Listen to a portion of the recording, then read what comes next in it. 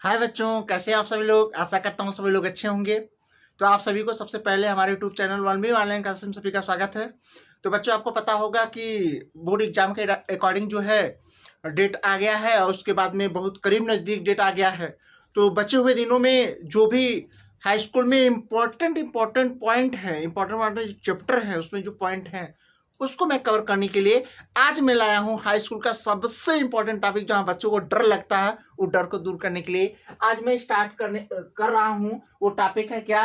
Class 10 का NCERT based chemistry का जो टॉपिक है वो कार्बन एवं उसके यौगिक, यानी इसमें IUPAC नामकरण जो पढ़ा जाता है वो इसमें पढ़ाऊंगा, एकदम आसान एकदम सरल शब्दों में, ताकि आपके दिमाग में घुस जाए, दोबारा पढ़ने की जरूरत ना पड़े। आइए बच्चों समझाता हूं। आइए सबसे पहले मैं बात करता हूं, आपको दिख रहा होगा साफ साफ। चलिए तो मैं बात करता हूं सबसे पहले किसका? कार्बनिक रसायन की। किसकी बात करता हूं मैं? कार्बनिक रसायन की। तो सबसे पहले कार्बनिक रसायन हम बात करते हैं कार्बन की, क्योंकि ये जो है चैप्टर ही कार्बन का है। तो आइए मैं समझाता हूं कि कार्बनिक रसायन की परिभाषा इसमें क्या है कि कार्बनिक रसायन, यानी कार्बनिक रसायन देखा जाए ऑर्गेनिक केमिस्ट्री कहते हैं। रसायन की वह शाखा है जिसमें कार्बन के यौगिक का अध्ययन किया जाता है। समझ में आ गया? जिसमें कार्बन के यौगिक का अध्ययन किया जाता है। जैसे में आप जैसे देखे CH4, C2H2, C2H4, ये क्या है? कार्बन की यौगिक। समझ में आ गया? इस कार्बन के यौगिकों का क्या होता है? अध्ययन किया जाता है। कार्बन के यौगिक को कार्बन के यौगिकों को कार्बनिक यौगिक कहते हैं। समझ में आ गया? कार्बन के यौगिक को कार्बनिक यौगिक कहते हैं। इतनी बात समझ में आ गया? कुल मिला के जिसमें कार्बन के यौगिकों का अध्ययन किया जाता है या कार्बन परमाणु का अध्ययन किया जाता है उसको हम क्या बोलते हैं? कार्बनिक रसायन की परिभाषा ही है। आइए मैं समझाता हूं। अब बात करते हैं हाइड्रोकार्बन की। किसकी बात करते हैं? ये सबसे इंपॉर्टेंट है हाइड्रोकार्बन। यहां से आपकी परीक्षा में पूछता है कि हाइड्रोकार्बन से हम क्या समझते हैं। यहाँ देखिएगा वे यौगिक जिसमें कार्बन और हाइड्रोजन उपस्थित होते हैं। यहाँ देखिएगा, यहाँ आपको दिखाई भी दे रहा होगा कि इनमें केवल आपको हाइड्रोजन और कार्बन दिखाई देंगे। जिसमें दिख रहा है कि जिसमें जो है कि कार्बन और हाइड्रोजन, समझ में आ गया? जिसमें कार्बन और हाइड्रोजन उपस्थित हो उसको क्या बोलते हैं? हाइड्रोकार्बन कहते हैं। उसको क्या बोलते हैं? उसको हाइड्रोकार्बन कहलाता है या हाइड्रोकार्बन कहते हैं। हाइड्रोकार्बन में उपस्थित परमाणुओं की सभी श्रृंखलाएं कैसा खुली या बंद हो सकती हैं। वो हाइड्रोकार्बन देखा जाए दो प्रकार के होते हैं। समझ में आ गया? मैं अभी समझाऊंगा कि श्रृंखला कहाँ पे खुली होती है, कहाँ पे बंद होती है। परेशान होने की जरूरत नहीं है, सब कुछ एकदम खोल के दिखाने का प्रयास करूंगा ताकि आपको इस पर समझ में आ गया। कुल मिला के हाइड्रोकार्बन का मतलब ये है जिसमें हाइड्रोकार्बन की श्रृंखला होती है वही हाइड्रोकार्बन यौगिक कहलाता है। ये मुख्यतः दो प्रकार का होता है। आइए मैं यहाँ समझाता हूँ। यहाँ तक आपको दिखाई दे रहा होगा, ये मुख्यतः दो प्रकार का होता है। हाइड्रोकार्बन जो होता है ये मुख्यतः दो प्रकार का होता है। एक होता है देखिए संतृप्त हाइड्रोकार्बन जिसको बोलते हैं सैचुरेटेड हाइड्रोकार्बन। एक होता है असंतृप्त हाइड्रोकार्बन जिसको बोलते हैं अनसैचुरेटेड हाइड्रोकार्बन कहते हैं। समझ में आ गया? देखिए, जो संतृप्त हाइड्रोकार्बन होता है एक होता है असंतृप्त हाइड्रोकार्बन। जो संतृप्त हाइड्रोकार्बन होता है, संतृप्त हाइड्रोकार्बन में पहले होता है एल्केन, जिसमें होता है अल्क प्लस एन बराबर क्या होता है? एल्केन होता है। समझ में आ गया? अल्क प्लस एन बराबर क्या होता है? एल्केन। अब इसको एल्केन कहते हैं या एल्केन कहते हैं। एल्केन का दूसरा नाम पैराफिन भी कहते हैं। एल्केन को पैराफिन भी कहते हैं। याद रखिएगा, बहुविकल्पी बच्चों पूछा जाता है। एल्केन का दूसरा नाम क्या है? पैराफिन नाम है इसका। इसका सूत्र जो है CnH2n+2 होता है बच्चों। समझ में आ गया? और इसका देखिएगा जो संतृप्त हाइड्रोकार्बन वे हाइड्रोकार्बन होते हैं जो कार्बन परमाणुओं के बीच सिंगल बंद होते हैं, एकल बंद होता है, सिंगल बंद होता है, उसको क्या बोलते हैं? संतृप्त हाइड्रोकार्बन कहते हैं। अब बात करते हैं असंतृप्त हाइड्रोकार्बन। यानी कि जो संतृप्त हाइड्रोकार्बन होता है, संतृप्त हाइड्रोकार्बन का जो पहला यौगिक मिलता है वो क्या होता है? संतृप्त हाइड्रोकार्बन का वो आपका होता है कौन सा? मेथिन होता है बच्चों। आइए मैं समझाता हूं असंतृप्त हाइड्रोकार्बन का।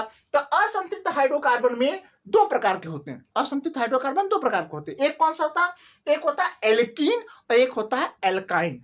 अल्क प्लस इन, यहां देखो दिखाई दे रहा हो बच्चों, अल्क प्लस इन होता है, उसको पढ़ते हैं एल्कीन पढ़ते हैं।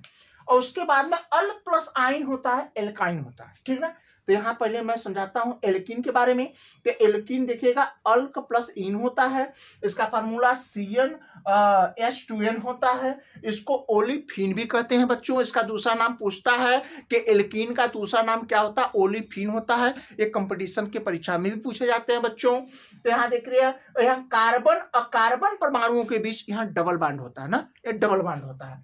इसका जो पहला कह सकते हैं ना, जो पहला कह सकते हैं इसका यौगिक जो मिलेगा उसको एथीन या एथिलीन भी कहते हैं, C2H4 प्राप्त होगा। समझ में आ गया। और बात करते हैं दूसरा जो होता है एल्काइन होता है बच्चों। क्या होता है, एल्काइन होता है। तो एल्काइन में देखिएगा बच्चों, जो एल्काइन होता है तो एल्काइन में देखिए अल्क प्लस आइन होता है, तो उसको बोलते हैं एल्काइन। एल्काइन का जो फार्मूला होता है CnH2n-2 होता है। समझ में आ गया।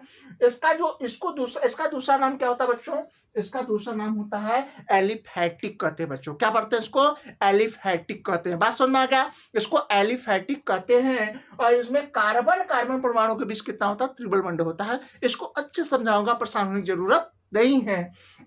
इसका जो पहला कह सकते हैं कंपाउंड मिलता है वो एथाइन या इसको एसेटिलीन कहते हैं, C2H2 प्राप्त होता है। कैसे प्राप्त होता है सब आपको दिखाऊंगा, सब आपको समझाऊंगा। तो आइए बच्चों, आइए जो है कि चैप्टर हाइड्रोकार्बन का है, तो सबसे पहले आइए मैं कार्बन के बारे में आपको यहाँ से परिचय देता हूँ, कार्बन हाइड्रोजन के बारे में बताता हूँ, उसके बाद मैं आगे आपको दिखाता हूँ ना। आइए बच्चों इतना स्क्रीनशॉट लीजिए, मैं आगे आपको बताता हूँ। ठीक है, ठीक है। आइए बच्चों देखिए, जैसे कि आपको पता होगा कि हम बात करते हैं हाइड्रोकार्बन की ना। हाइड्रोकार्बन में देखिए, यदि हाइड्रोकार्बन की मैं बात कर रहा हूं तो इसमें सबसे पहले मुझे कार्बन के बारे में पता होना चाहिए। तो बच्चों देखिए, जो कार्बन होता है मैं बताऊं, थोड़ा सा ध्यान से सुनने का प्रयास करिएगा।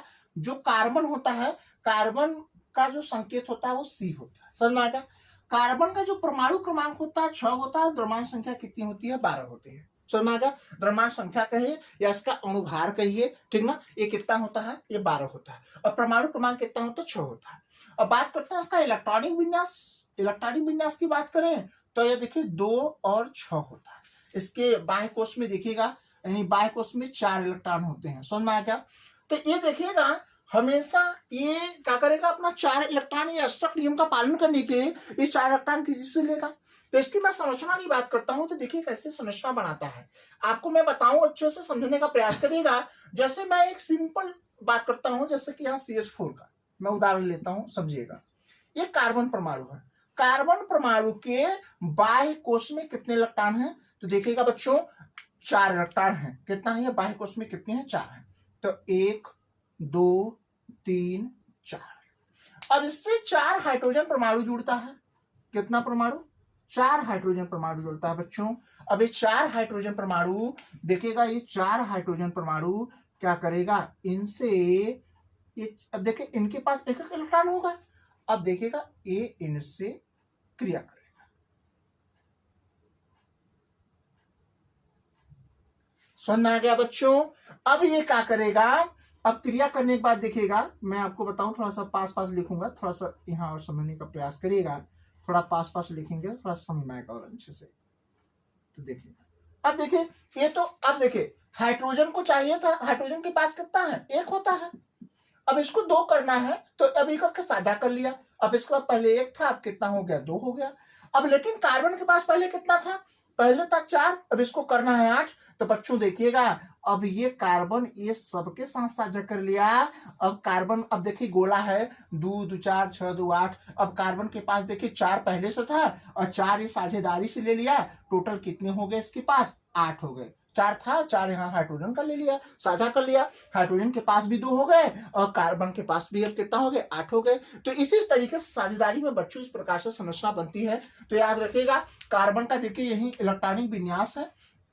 ये कार्बन की जो है, ये कार्बन का ये परमाणु क्रमांक है बच्चों, इसको बोलते हैं परमाणु क्रमांक। परमाणु बच्चों ये है परमाणु, ये बोलते परमाणु क्रमांक है ये, ठीक है, ये परमाणु क्रमांक है।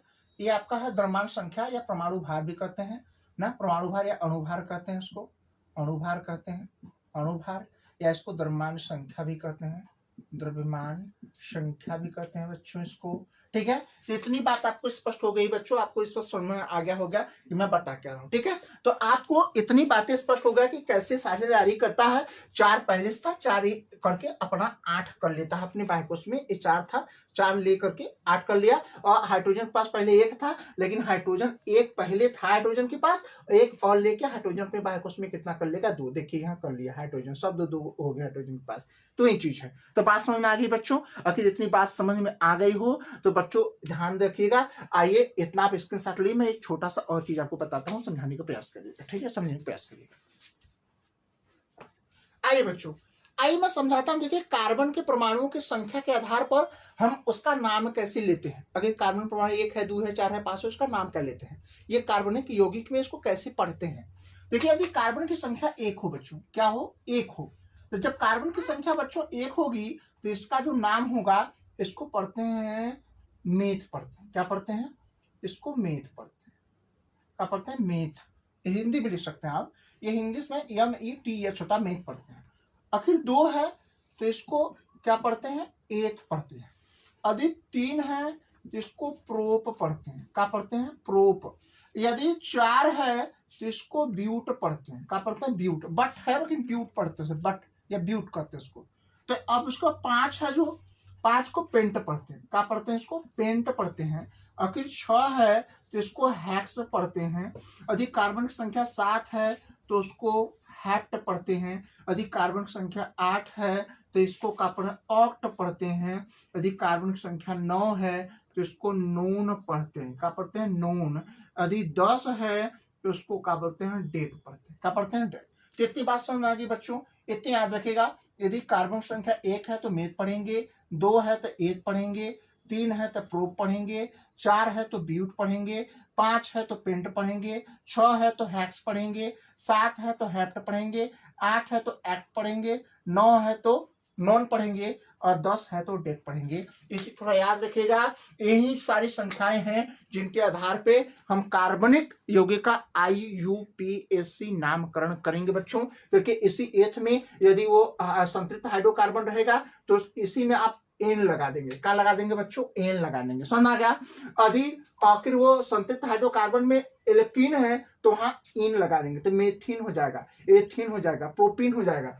यदि आइन है तो आइन लगा देंगे, methyne, ethyne, propyne, butyne, pentyne, इस तरीके हो जाएगा बच्चों। ठीक है बच्चों, ये मैं शुरुआत जो किया हूं, आप इसका स्क्रीनशॉट ले लीजिए। ये मैं बता रहा हूं कि इससे सरल आप कहीं नहीं सीख सकते। तो हमारे वीडियो को लाइक करिएगा, सब्सक्राइब करिएगा और चैनल को शेयर करिएगा। और वीडियो देखने के लिए थैंक यू सो मच।